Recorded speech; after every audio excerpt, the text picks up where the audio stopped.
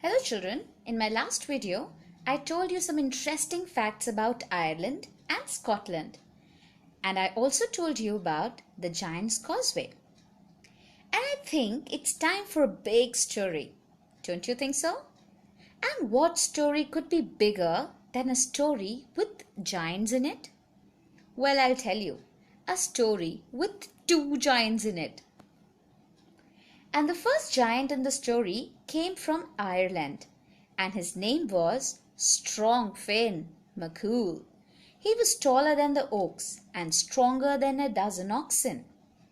Everyone loved him and called him Strong Finn MACCOOL, the greatest giant of them all.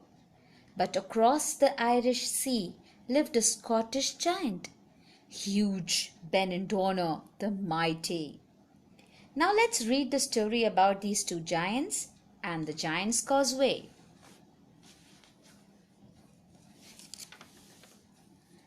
There once lived an Irish giant, Finn MACCOOL. He was taller than the oaks and stronger than a dozen oxen. But he had enemies too. His most fearsome enemies were the Scottish giants. Finn was mighty and powerful and was determined to overpower his enemies. To get there, he began building a causeway from across the sea to Scotland. It was a beautifully designed bridge, skillfully made with unusual six-sided cobblestones, so they would fit neatly together like a honeycomb. They made a very pretty pavement indeed. One day, he shouted a challenge to the Scottish giant Benindorna. But as soon as he saw the Scottish giant clearly, he realized Benindorna was much bigger than he had imagined. Finn sprinted back home horrified and told his wife Una what had happened. "Now," said the Finn MACCOOL, "he's following me close at heel."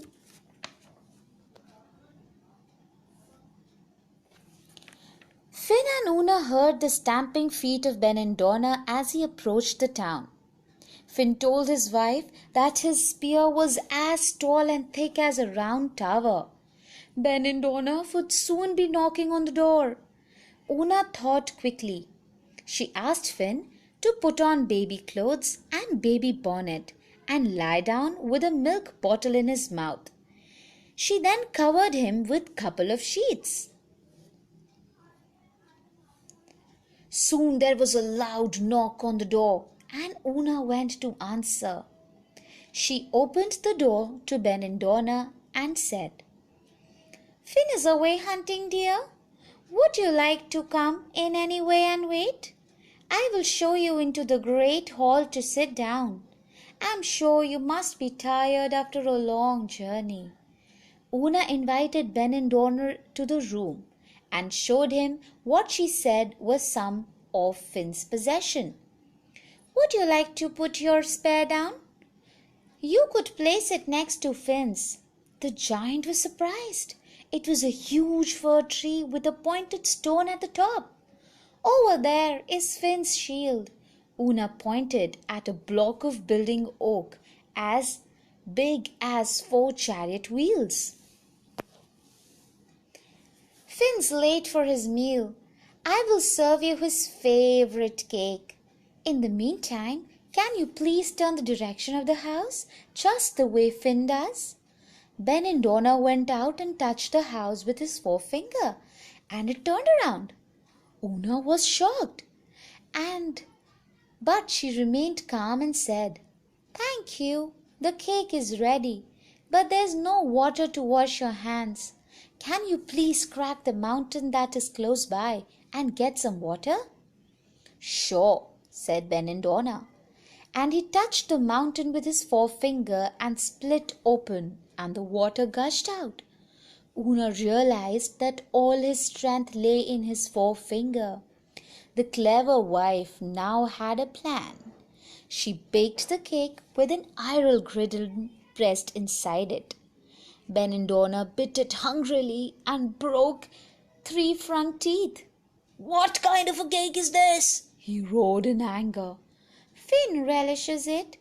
He says it is as soft as a butter. See, even our baby eats it happily. Would you like to say hello to the baby? Come with me, see him eat. Ben and Donna said, I'm not very good with babies, but I will see him. Una took Ben and Donna to the huge baby peeping out from a huge sheet-like dress and bonnet. He was happily having milk from the bottle.